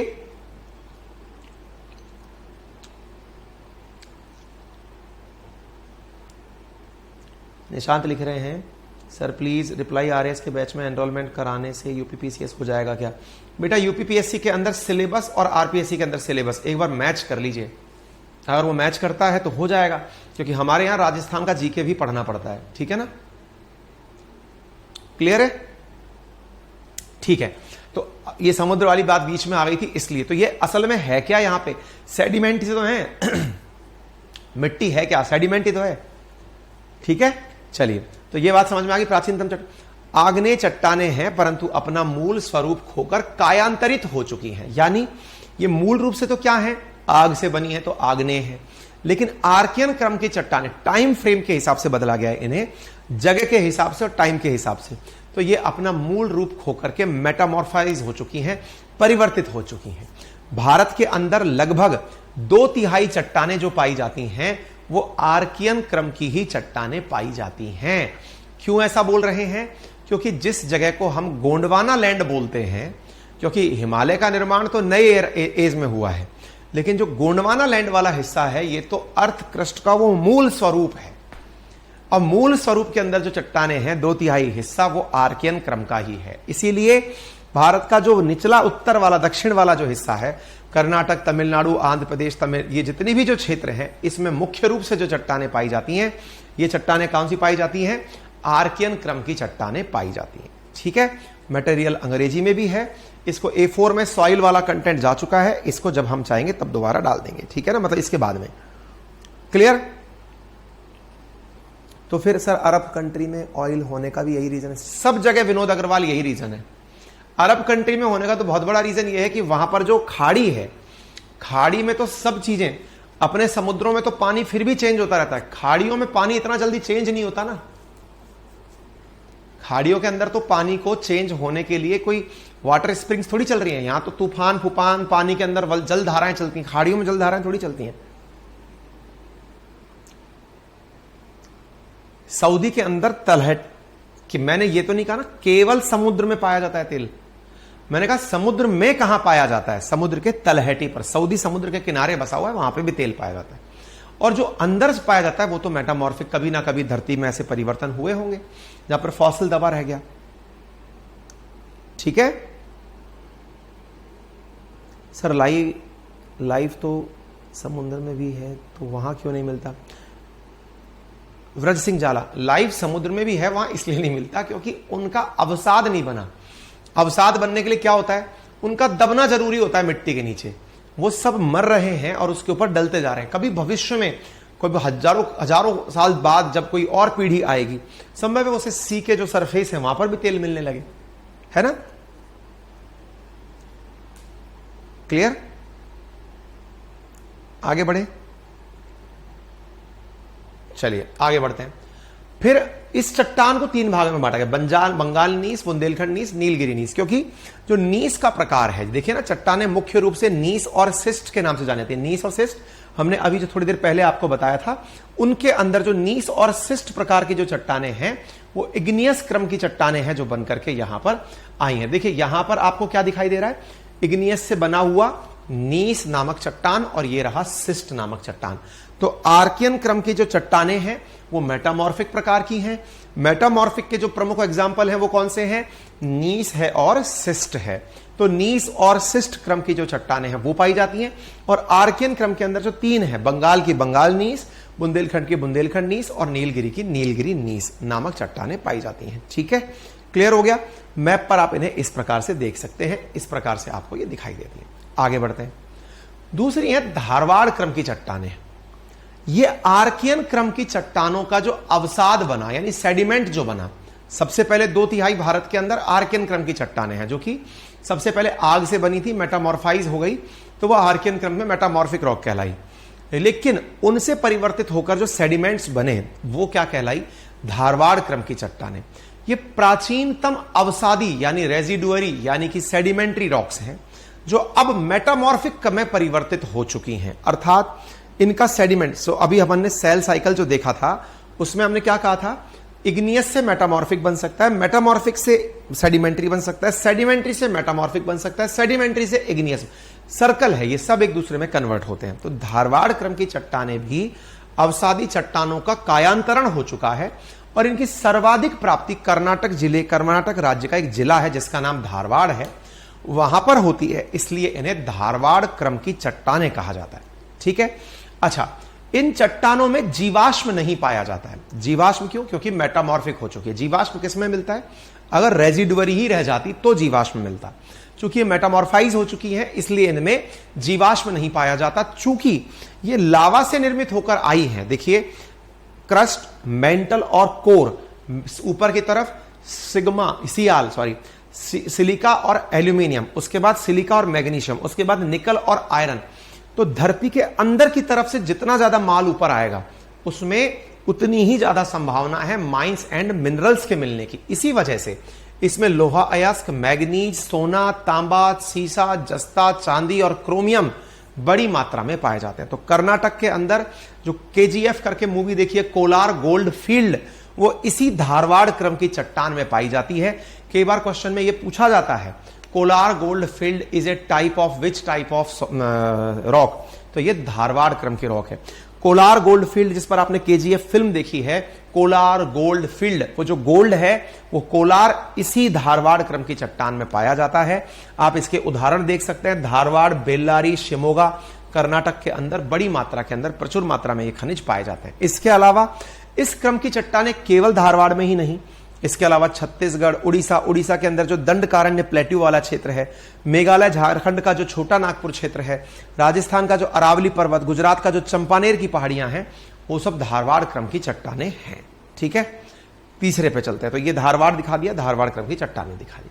कुड़प्पा, ऐसे ही कर्नाटक का एक, मतलब जैसे जैसे कर्नाटक के अंदर धारवाड़ है, ऐसे ही आंध्र प्रदेश का एक जिला जिसका नाम कुड़प्पा है। तो कुड़प्पा के अंदर चट्टानें जो पाई गई वो कुड़प्पा क्रम की चट्टानें कहलाई। ये धारवाड़ देखिए कैसे बनती चली जा रही है। सबसे पहले जो चट्टानें बनना शुरू हुई वो कौन सी थी? वो थी आप लोगों के सामने आर्कियन रॉक्स। आर्कियन रॉक से क्या बनी? धारवाड़, यानी एज के हिसाब से बूढ़ी होती जा रही है। धारवाड़ के बाद में जो रॉक बनी वो कौन सी थी? वो रॉक थी कुड़प्पा क्रम की रॉक। आप में से कुछ लोगों को ये सब चीजें ऊपर से जा रही होंगी। अधिकांश परीक्षाओं में वो जो हमने चक्र बताया था ना, सेल साइकिल, उसी में कन्वर्ट हो जाता है काम। यह उन विद्यार्थियों के लिए है जो स्टेट PCS या UPSC का एग्जाम दे रहे हैं। उन विद्यार्थियों से कई बार टाइप ऑफ रॉक्स में Indian type of rock system भी पूछ लिया जाता है। चूंकि हम आपको आगे चल के मिनरल्स और माइंस पढ़ाएंगे, इसलिए ये सबके लिए मैंडेटरी हो जाता है। सेल अगर पढ़नी होती ना, चट्टान अगर पढ़नी होती, तब तो वहीं से काम नहीं बढ़ जाता। लेकिन आने वाले समय में जब माइंस एंड मिनरल पढ़ाऊंगा, उसमें इतना जोर नहीं लगाऊंगा, मैं खटाक से निकालूंगा। क्यों निकालूंगा? क्योंकि इससे पहले मैं प्लेटू पढ़ा चुका हूं, जिसमें मैं प्रॉपर बता चुका हूं कौन से प्लेटू पे क्या मिलेगा। उसके बाद अब मैं रॉक पढ़ा चुका हूं, तो रॉक में यह बता चुका हूं कि कौन से टाइप की रॉक में क्या मिलता है। अब तो मैं केवल लोकेशन बताऊंगा कि यहां पर यह मिलता है, याद आपको करना होगा। तो जो मेरा मिनरल वाला जो चैप्टर कल ही आ जाएगा, उसमें क्या होगा ना, उसमें आपको इन क्षेत्रों के बारे में जगह बताई जाएगी, ठीक है ना। तो कुडप्पा क्रम की चट्टानों के अंदर जीवाश्म नहीं पाए जाते। आर्थिक दृष्टि से धारवाड़ क्रम की चट्टानों की तुलना में यह कम महत्वपूर्ण है। कम महत्वपूर्ण है इसीलिए इन चट्टानों में एस्बेस्टस, स्लेट, चूना पत्थर आदि पाए जाते हैं। सर हम इन्हें याद कैसे करें? एज इट इज याद करना है। एक बार एंड में चलेंगे, हम सब याद कर लेंगे। जैसे आर्कियन क्रम के बारे में क्या याद कर लिया? 2/3 इसी से मिलकर बना है, सबसे ओल्डेस्ट यही है। आर्कियन क्रम सबसे जब पृथ्वी बनी है तब से है। सबसे पहले इग्नियस रॉक से उसी का निर्माण होता है, लेकिन वो मेटामॉर्फाइज हो गया। उसके रूप को नीस के नाम से जाना गया। नीस 3 प्रकार की हैं, बुंदेलखंड, ये हमने टाइप सब जान लिए, ठीक है। ऐसे ही फिर उसके बाद में हम पहुंचे धारवाड़ क्रम की चट्टान में। धारवाड़ कर्नाटक के धारवाड़ पर है। सबसे ज्यादा माइंस मिनरल्स किस में पाए जा रहे हैं? तो धारवाड़ में पाए जा रहे हैं। धारवाड़ में होने को तो मेटामॉर्फिक है, जीवाश्म उसमें नहीं पाए जाते। उसमें गोल्ड, तांबा, लोहा ये सब पाया जाता है। कोलार फील्ड उसी की एक निशानी। ऐसे करके आपको फैक्ट वाइज फैक्ट याद करने। जो बातें मैं बोलता जा रहा हूं, आप क्लास खत्म होने के बाद इनको एक बार खुद से भी लिख करके देख लीजिएगा कहां पाया जा रहा है। ये चट्टान भी आंध्र प्रदेश, छत्तीसगढ़, राजस्थान, दिल्ली, उड़ीसा, इनमें पाया। सर उड़ीसा में तो अभी आपने धारवाड़ बताई थी। उड़ीसा में सब प्रकार की रॉक पाई जा सकती है बेटा। एक क्षेत्र में सब प्रकार की रॉक पाई जा सकती है। मेजॉरिटी जहां जहां पर है हम उसकी चर्चा करते हुए चल रहे हैं, ठीक है। चलिए आगे बढ़ते हैं। इसके अलावा फिर है कुडप्पा क्रम की चट्टानों के बाद में विंध्या क्रम की। नाम से ही पता चल रहा है विंध्याचल, जैसे विंध्याचल और सतपुड़ा है तो विंध्या के साथ में आ गई। विंध्या और सतपुड़ा कहां पर है? यूपी, राजस्थान और मध्य प्रदेश वाला क्षेत्र। तो उस क्षेत्र को आपने बता दिया। शुरू कहां से होता जा रहा है? बिहार, झारखंड से शुरू होकर विंध्या सतपुड़ा तक यहां जा रहा है, ठीक है। बिहार के सासाराम से लेकर पश्चिम में राजस्थान के चित्तौड़गढ़ तक विंध्या क्रम की चट्टानें पाई जाती हैं। हमारे यहां पर राजस्थान को कहा जाता है खनिजों का अजायब घर। जू राजस्थान के बारे में कहा जाता है। राजस्थान के अंदर ज्ञात खनिज 108 से ऊपर प्रकार के हैं, यानी इतने प्रकार के खनिज पाए जाते हैं। लेकिन उनमें से कोई भी लौह खनिज, यानी कि जिसके अंदर बहुत बड़ी मात्रा में धन कमाया जा सके, लौह के बेस पर जो बना हुआ, वो नहीं होते। क्यों? क्योंकि राजस्थान में धारवाड़ क्रम की चट्टानें नहीं हैं। तो कौन सी चट्टानें हैं? राजस्थान में अवसादी चट्टानें हैं जो कायांतरित हो चुकी हैं, यानी कि जो सेडिमेंट्री रॉक है वो मेटामॉर्फाइज हो चुकी हैं, ठीक है। तो मेटामॉर्फाइज रॉक के अंदर तो वैसे भी कुछ प्रीशियस चीज नहीं मिलता। मिलती कहां पे? आग्नेय प्रकार की चट्टानों, चूना पत्थर, बालू पत्थर, मार्बल। तो मार्बल के आधार पर जो हमारे राजस्थान में जो प्रमुख मार्बल पाया जाता है, मकराना का मार्बल अगर आपने सुना हो, तो वो इसी कारण से यहां पर पाया जा रहा है। डोलोमाइट, क्वार्जाइट, शैल आदि इसमें पाए जाते हैं। इमारती पत्थर, लाल पत्थर, सांची, स्तूप सब इन्हीं पत्थरों से मिलकर बने। और ये जो आप देख रहे हैं डोलामाइट, क्वार्जाइट, बालू पत्थर, चूना पत्थर, इन सब का उपयोग सीमेंट बनाने में किया जाता है। सीमेंट जो बनता है ना, उस सीमेंट के अंदर बहुत बड़ा योगदान चूने का होता है, मार्बल की स्लरी का होता है, डोलामाइट का होता है, क्योंकि चूना पत्थर सीमेंट उद्योग में काम आता है। इसी कारण से राजस्थान में बड़ी बड़ी सीमेंट की फैक्ट्रियां लगी हुई हैं। अगर कभी आप चित्तौड़ आएंगे तो चित्तौड़ में हर बड़ी कंपनी का ऑलमोस्ट कहीं ना कहीं फैक्ट्री लगा हुआ है। निम्बाहेड़ा वगैरह इन साइड में सीमेंट फैक्ट्री है, क्योंकि ये इन्हीं चट्टानों से निकल करके सीमेंट का निर्माण करते हैं, ठीक है। ठीक है, इन्हीं चट्टानों के अंदर जो पन्ना है वो गोलकुंडा का हीरा पाया जाता है ना, पन्ना भी इन्हीं के अंदर पाया जाता है। तो आप इसको विंध्याक्रम की चट्टानों के अंदर याद रख सकते हैं, ठीक है। उम्मीद है आप लोगों को यह बात समझ में अच्छे से आ जाए, ठीक है। Clear clear. एक बार थम्स अप कर दीजिए भाई। कुडप्पा और विंध्या दिखा दी मैप पे हमने। आगे बढ़ते हैं। इसके बाद में द्रविडियन क्रम की चट्टानें। देखिए नाम से ही स्पष्ट हो रहा है कि ये बहुत पुराने समय की चट्टानों के बारे में बात हो रही है। इन चट्टानों में जीवाश्म की पाए जाने की संभावना है। क्यों? ये अवसादी चट्टानें हैं, समय में थोड़ी नई चट्टानें हैं। देखिए क्या हुआ, सबसे पहले इग्नियस रॉक बनी, परिवर्तित होकर मेटामॉर्फाइज हुई, सेडिमेंट्स बने। लेकिन जब बहुत लंबे समय तक सेडिमेंट पड़े रहे तो सेडिमेंट फिर से परिवर्तित होकर दाब से, प्रभाव से वो मेटामॉर्फिक में कन्वर्ट हो गए। लेकिन काल क्रम के हिसाब से जो नया निर्माण होता चला गया, तो समय के हिसाब से द्रविडियन जो है वो इतनी पुरानी नहीं है जितनी धारवाड़ है। ये तुलनात्मक रूप से नई चट्टानें हैं। नई चट्टानें तो इनमें संभावना है कि ये मेटामॉर्फिक फेज में मिले। मतलब आप ऐसे समझिए, सबसे पहले मान लीजिए आग्नेय के बारे में हमने बात की थी। आग्नेय परिवर्तित हुआ मेटा में, मेटा परिवर्तित हुआ सेडिमेंट्री में। लेकिन सेडिमेंट्री भी मेटा में परिवर्तित कैसे होता है? अरे मान लीजिए जब ये बनी थी, बनकर के मेटामॉर्फिक परिवर्तित हुई, परिवर्तित होकर सेडिमेंट में गई। सेडिमेंट का भी तो अपना एक टाइम पीरियड है ना, कुछ समय बाद उसे भी तो बूढ़ा होना है ना। तो ये जब बूढ़ी होगी, पड़े पड़े, इसका क्या होगा? अरे भैया मिट्टी भी रख दोगे ना, ब्रिक कैसे बनती है, ईंट कैसे बनती है, मिट्टी से ब्रिक कैसे बनी, मिट्टी से ब्रिक ऐसे बनी कि उस मिट्टी को इतना अच्छे से दबा दबा कर पका पका करके पत्थर जैसा भारी कर दिया। मैंने अभी जो हमारा नया घर बना है इसके अंदर एक बाहर का पत्थर मंगाया, वो बाहर का पत्थर चीन से आया था, G7 स्टोन नाम दिया गया था, कहीं मालूम करिएगा। वो G7 स्टोन इतना मजबूत स्टोन है, एक तो एकदम वाइट है और इतना स्ट्रांग है कि उसको जब काटने के लिए वो जो टाइल्स लगाने वाले लोग हैं उन्होंने सब कुछ मशीनें फशीनें चलाई तो उनकी मशीनें धड़ाधड़ टूटती चली गई, वो लग नहीं पाया। और इतना चमकीला कि मतलब दूध से भी ज्यादा वाइट है वो, मतलब बहुत जबरदस्त वाइट है, इसीलिए मैंने उसको उसमें लगाया, अपने किचन में लगाया। अब वो जो स्टोन हमने लगाया, उस स्टोन के बारे में बताता हूं मैं आपको। उस स्टोन के बारे में मैंने जानकारी जुटाई। जैसे आपके मन में क्यूरोसिटी है कि यार मार्बल तो समझ में आ रहा है, मार्बल तो मिलता है राजस्थान के अंदर, अभी सर ने पढ़ाया है, सर ने बता दिया कि मार्बल तो विंध्याक्रम की चट्टानें हैं, अवसादी चट्टानें हैं जो मेटामॉर्फाइज हो गई। तो मेरे दिमाग में सवाल बना, मैंने कहा यार ये मार्बल है क्या है? उसने कहा सर ये मार्बल नहीं है। मैंने कहा तो सर ये तो फैक्ट्री में बना है। मेरा दिमाग खराब हो गया, मैं कहा फैक्ट्री में बना है पत्थर? पत्थर भी फैक्ट्री में बनते हैं? बोले हाँ सर। और ये कैसे? बोले सर सिंपल है, जैसे ईंट बनते हैं ऐसे पत्थर बनते हैं। फिर दिमाग में और चक्कर आ गया, मैं ये क्या बात कर रहा है? तो भाई फिर मैंने अपने आप को समझाया, मैं कहा शांत गदाधारी भीम शांत। हमने कहा क्या शांति करी? हमने शांति ये पाई, हमने कहा यार जितने भी पत्थर बने हुए हैं ये तो मिट्टी से बने हुए हैं। भाई पत्थर टूट कर भी तो मिट्टी बनता है, और मिट्टी को अगर प्रेशराइज कर दिया तो वो पत्थर में कन्वर्ट हो जाएगा। तो मिट्टी का कन्वर्जन भी पत्थर में हो सकता है। यानी कि सेडिमेंट जो है, मिट्टी जैसा जो हल्का पत्थर है, सेडिमेंट्री है, वो भी मेटामॉर्फिक में कन्वर्ट हो सकता है, परिवर्तित होकर के किसी में भी बन सकता है। तो इन्होंने फैक्ट्री में क्या किया, उस मिट्टी को दबा दबा करके बहुत बारीक प्लेट के रूप में बदल दिया, बहुत बारीक प्लेट के रूप में, और इतना सख्त कर दिया उसके अंदर के जितने की स्पेस थे वो सब खत्म कर दिए। इससे क्या कंसेप्ट निकल कर आया? कंसेप्ट निकल करके आया कि ये प्रक्रिया जो प्रकृति करती है ये मशीन भी कर सकती है। तो मैं क्या कह रहा हूं, कुछ चट्टानें जो समय के साथ में इरोड होकर के किस में बदल गई थी, सेडिमेंट में बदल गई थी, वो सेडिमेंट दब दब के वापस मेटामॉर्फिक में भी कन्वर्ट हो सकते हैं। तो जो तुलनात्मक रूप से नई चट्टानें हैं उनमें तो अवसादी चट्टानों का मिलने का संभावना है, पुरानी चट्टानें तो मेटामॉर्फिक में कन्वर्ट हो चुकी हैं। क्लियर है?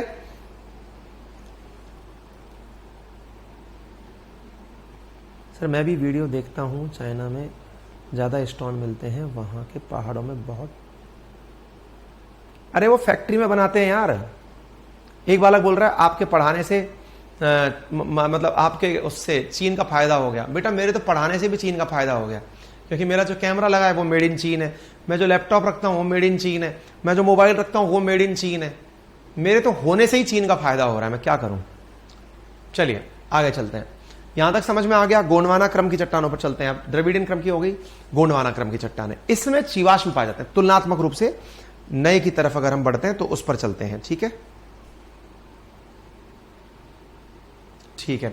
इन चट्टानों का निर्माण कार्बोनिफेरस से जुरासिक काल में हुआ। अच्छा, ये जुरासिक काल के बारे में क्या माना जाता है भाई? कार्बोनिफेरस से जुरासिक, देखिए जो अर्थ का जो लाइफ स्पैन है ना वो हम आपको नहीं डिस्कस कर रहे हैं, और उसके पीछे का कारण क्या है, क्योंकि ये आपके मतलब हर किसी के काम का नहीं है। अगर टाइम फ्रेम चाहेंगे तो फिर टाइम फ्रेम भी किसी दिन डलवा देंगे आपको, वो आपके काम का नहीं है।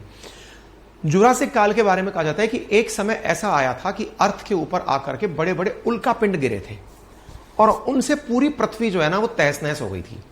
पृथ्वी पर ये जो आप आज जो समुद्र देखते हैं या पृथ्वी पर आप देखते हैं ना, एक समय में सारे के सारे डायनासोर खत्म हो गए। खत्म क्यों हुए उसके बारे में कहते हैं कि एक कालखंड ऐसा आया था जब पृथ्वी पर बड़े उल्का पिंड गिरे थे और पृथ्वी पूरी तरह खत्म हो गई थी। तो जो उस समय के बड़े बड़े विशालकाय जीव थे जिनके प्रमाण आज भी मिलते हैं, वो सब दब गए थे। पेड़ दब गए, जीव दब गए। तो जब वो दबे थे ना, तो उनकी वजह से फॉसिल्स में फ्यूल मिलकर आया। तो इंसान जो आज बहुत खुश होता है ना कि मैंने जीव पर विजय प्राप्त कर ली, एक समय से पहले भी बहुत बड़ी मात्रा में धरती पे जीव रह के जा चुके हैं, सब खत्म हो चुके हैं। ठीक है, तो वो जीवाश्म पाए जाते हैं। जुरासिक काल के अंदर पश्चिमी गुजरात का कुछ भाग जलमग्न हो गया था, पानी के अंदर तक डूब गया था। इसी कारण से इन चट्टानों में बिटुमिनस कोयला पाया जाता है। भारत में पाया जाने वाला 98% कोयला इसी प्रकार का है। क्यों? क्योंकि जो फॉसिल दबे, आज कोयला है क्या जिसको हम कोयला सोच के खुश हो रहे हैं, उस समय के दबे हुए जीव जंतु पेड़ पौधे ये सब कोयला है। तेल जो है वो है क्या असल में, उसी समय के जीव जंतु वो सब दबे हुए हैं। तो इसी वजह से ये चट्टाने नदी घाटी क्षेत्र जैसे दामोदर घाटी, महानदी, गोदावरी नदी घाटी, सोन और वर्धा घाटी उनमें पाए जाते हैं। और उन्हीं वजह से जो हमारे भारत का जो क्षेत्र है उनमें जो नदियां नदी घाटी पाई जा रही हैं वो इसी कारण से नदी घाटी उस समय की बनी हुई नदियां हैं जो जुरासिक काल के अंदर तहस नहस हुई थी। ठीक है, तो गोंडवाना रोग हो गया।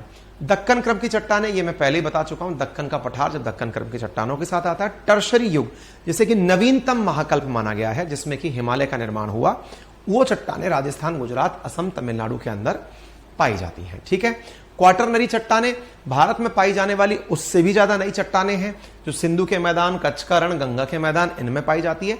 और ये पर्वत चट्टानें जो हैं वो होलासीन यज्ञयुग के अंदर निर्मित हुई हैं। अब आपके दिमाग में कुछ प्रश्न बचे होंगे, कैसे?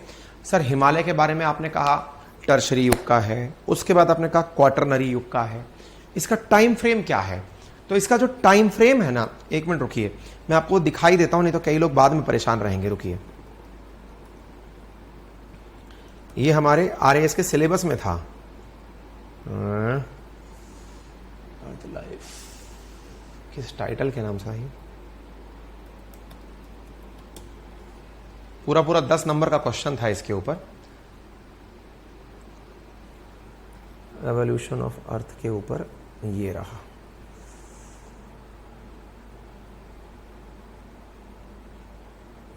और ये पूरा पूरा जो याद करके जाता था, एक सेकंड में दिखा देता हूं ताकि आप इस चीज को फिर रिलेट कर पाएंगे अपने हिसाब से। जिसको याद करना है वो याद कर लेगा और जिसको याद नहीं करना है वो उसको ऐसे के ऐसे छोड़ देगा।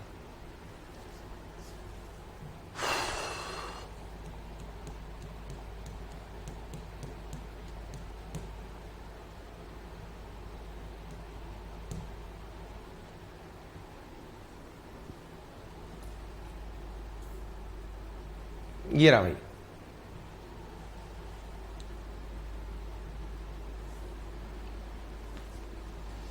लीजिए साहब।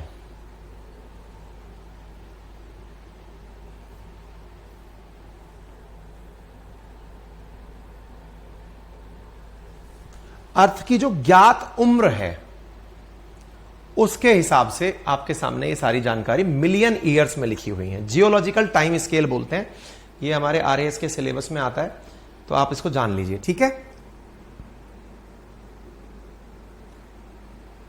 ठीक है। हाँ बेटा, मैं आरएएस के बाद बीपीएससी भी लाऊंगा, बिल्कुल लाएंगे, सब लाएंगे, चिंता मत करिए। बीपीएससी भी आएगा, यूपीपीसीएस भी आएगा। इधर देखो, तो जो सबसे पुरातन काल है ना, एज के हिसाब से, मिलियन ऑफ ईयर्स के हिसाब से बात की जाए तो सबसे पुराना काल प्री कैम्ब्रियन काल है, जो कि 600 मिलियन ऑफ ईयर, मिलियन का मतलब 10 लाख, 600 इंटू 10 लैक्स, तो यानी कि कितने 60,000 करोड़ साल के आसपास का जो टाइम है वो प्री कैम्ब्रियन, फिर कैम्ब्रियन, फिर Ordovician, Silurian, Devonian, Carboniferous, Permian, Triassic, Jurassic, Cretaceous और टर्शरी। तो जो ये टर्शरी आपको दिख रहा है ना, ये टर्शरी अभी का समय है, यानी कि मिलियंस ऑफ ईयर पूर्व, यानी 10 लाख साल पुराना। तो हिमालय टर्शरी काल का है, 65 लाख साल पुराना है। इसके बाद क्वाटरनरी, इससे भी ऊपर चल के क्वाटरनरी। क्या आपको मेरी बात समझ में आ रही है? तो अर्थ की उत्पत्ति का जो क्रम खंड है ना, वो इस प्रकार से डिसाइड हुआ है। देखिए, सबसे पहले ओल्डेस्ट रॉक जो है 4.6 बिलियन ईयर से चलते चलते चलते चलते चलते चलते आज वाले फेज में आकर आप पहुंचते हैं। तो ये जो geological time scale of earth है, ये आप सबके काम की नहीं है, लेकिन जिन्हें जरूरत है मैंने उनके लिए ये चर्चा केवल कर दी, उनकी सहूलियत के लिए, ताकि उस चीज को वो रिलेट कर पाए। ठीक है, बस कीजिए सर, ऊपर से जा रहा है, तो मैंने बस बता दिया है। आप भी गूगल करके इसको जियोलॉजिकल टाइम स्केल के साथ पढ़ सकते हैं। तो यहां पर रॉक सॉलिड तरीके से रॉक खत्म होती है। उम्मीद है आप सभी को यह समझ में आया होगा। बाकी आज शाम को 8 बजे फिर इंडियन पॉलिटी की क्लास में मिलते हैं। ठीक है, बाकी कैसा रहा ये जरूर जरूर बताइएगा। चैनल पर नए हैं तो आप हमारे एप्लीकेशन पर जाकर के फीडबैक जरूर बताइएगा कि कैसा लग रहा है आपको।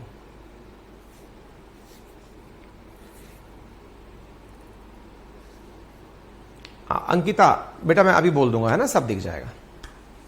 सुबह में पढ़ के मजा आ गया। चलिए ऑल गुड।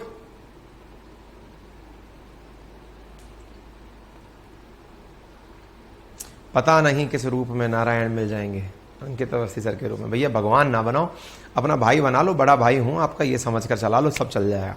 ठीक है चलिए, thank you so much, bye bye.